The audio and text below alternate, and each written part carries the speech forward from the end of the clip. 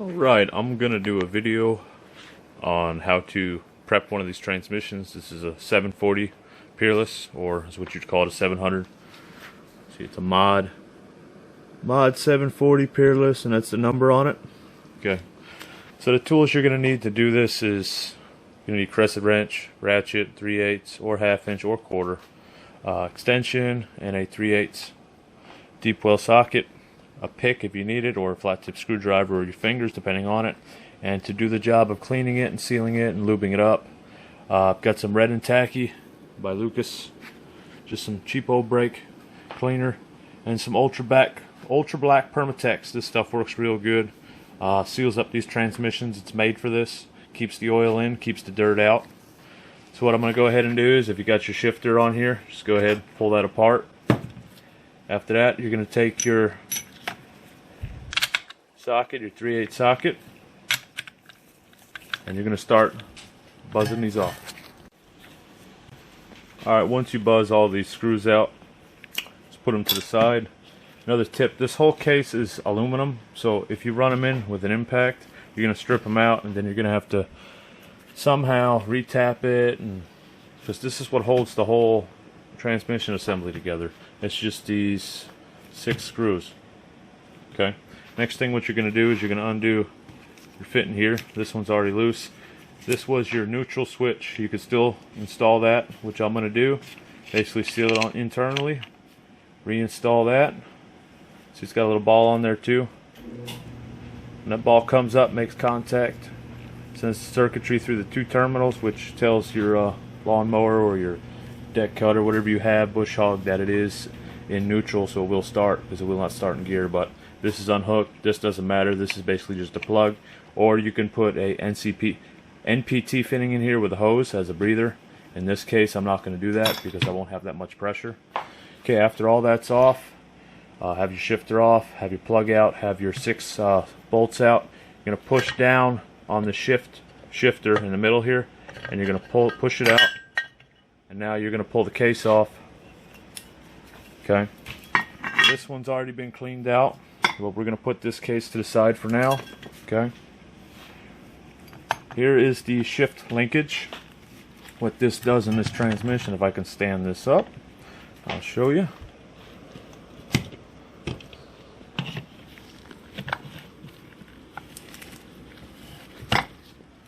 Alright, what this does is, when your shifter's up top here, when you move this back and forth, here, I'll take it out for now. Okay, I moved that to the side. When you move this back and forth, it moves this collar. Put this to the side. It moves this collar, which in turn moves the gear set. Okay, so if I pull it all the way out, okay, right now I'm in no gear.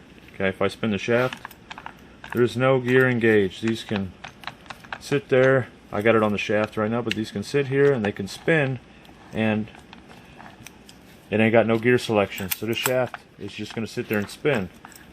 So when that's spinning this, it'll spin this, but once you have got a little bit of weight on here, it ain't going to move. But these are your keyways in a 700 transmission. Okay, you got one up top here, you got one in the bottom. Some shafts are 4 key. This is a 2 key. These go bad if you can break them, or they go bad from you shifting on the fly.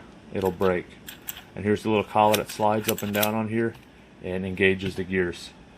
So now what I'm going to do next is I'm going to go ahead, pull all the bushings out on each end, inspect them, make sure I put the correct shims back in when I go back together, and then I'll start pulling the gears apart, inspecting all the gears before I start cleaning it out, putting lube in it.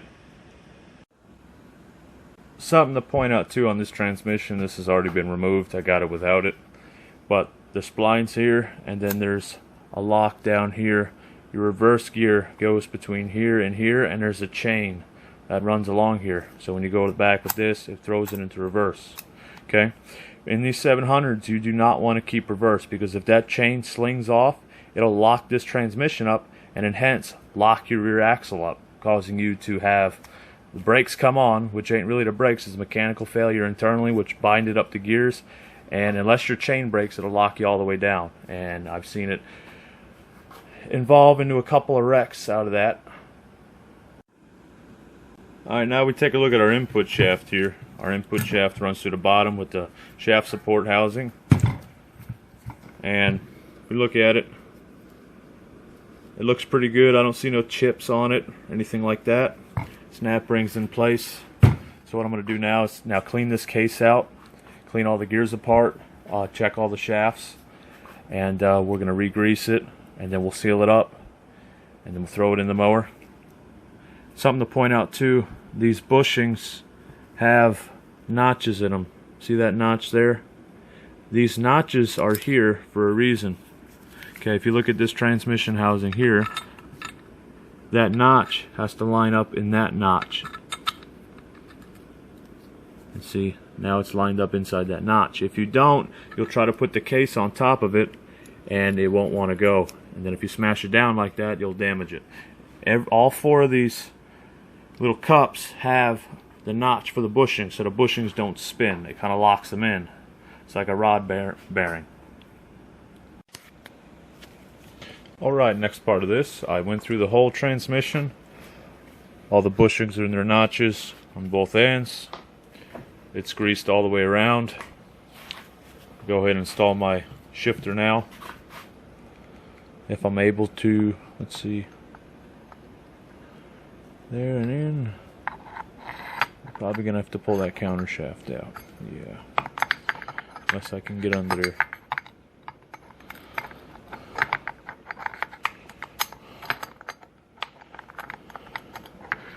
Yeah, I think I got lucky. Okay, there we go.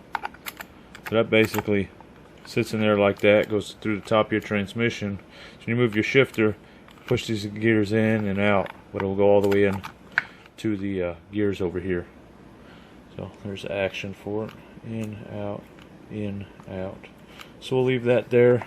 I'm not going to loop that just now. Okay, so everything's in place. All the bushings are there. The transmission's tight. Now what I'm going to do is, since it's all greased up, I'm going to go ahead and pour in my gear oil. I run a grease, red and tacky, and I run a gear oil mix. So I'll go ahead and pour that in there. And then after I pour that in there about a quarter way up, then I'll go ahead and clean off the edges of the case. I'll throw a quick layer of ultra black around it, and then we'll torque the top of the case, seal it up, and bolt everything up.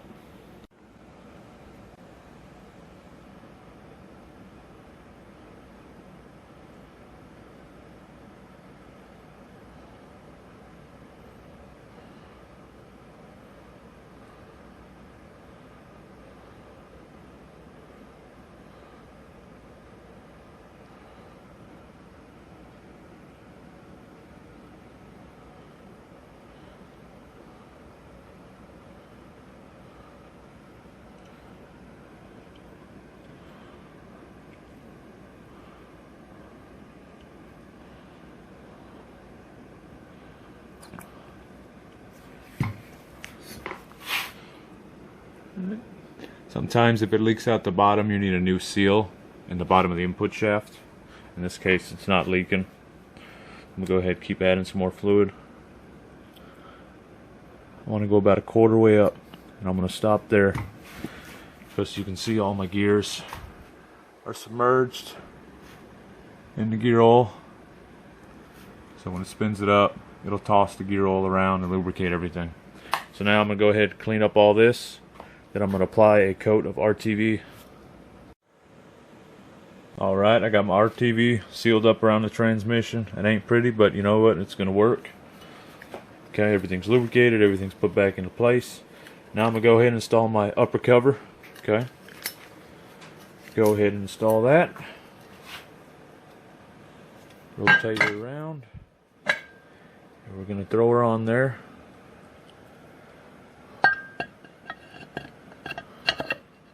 She should slip right down over it. Okay. Good all the way around. Alright. Now we'll go ahead and put our bolts in. Always hand start them first. Make sure they go in.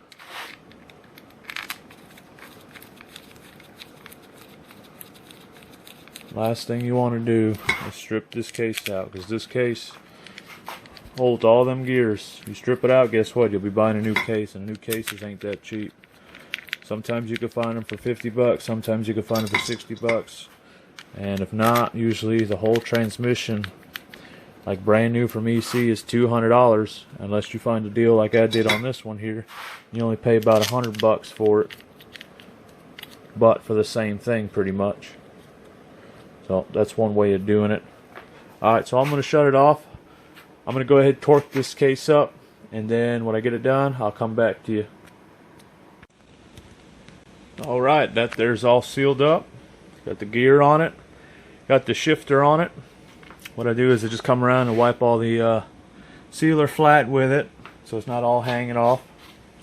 Now you want to let this dry, because if you try to seal it up, throw it in a mower and try to run it, well, if you run gear oil, it'll probably leak out. If you just run grease, you shouldn't have a problem. That up there, very little torque, just tight and then a 1/4 inch past, if that, and you're good to go. These bolts that hold this transmission together are 1/4 inch bolts, so they're easy to get. But other than that though, that's pretty much straightforward on how to assemble one of these 700s, grease it up, and get it ready to use for racing. Now there are a different model that come with needle bearings. Those are the more expensive ones. For now, I'm going to run the bushing type and see how long it lasts up with my twin. If it doesn't last that long, I'll probably just swap over to the bushing one. Also, to another tip, there's a little Allen back here. Behind this Allen is a spring and then a ball. This is for your shifter linkage. That fork I showed you, those notches, this ball, every time you move the shifter, that ball and the spring gets pushed into those notches, and that's what holds you in gear. But that's it for right now on the 700 transmission assembly. I'll get back to you when we put it back in the mower, get the motor all put together, and go from there. Alright, transmission is in the mower. Gearing is all put on. Shifter's there and it works. Got the pulley down below.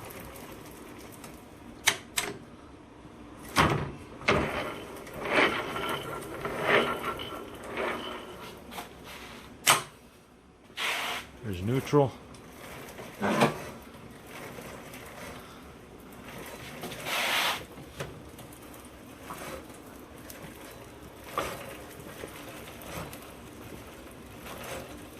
Okay, go fifth.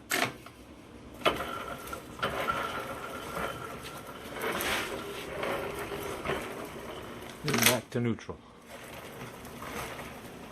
And there we go. Transmission's in place. It's all bolted in. That's ready to go. Filled up with oil, greased up, inspected. Train is ready to go. Drivetrain is ready to go. All it needs now is the motor to be finished up, belt put on it, and the body work, and some wiring, and a battery. And other than that, though, it's good to go. Thanks for watching.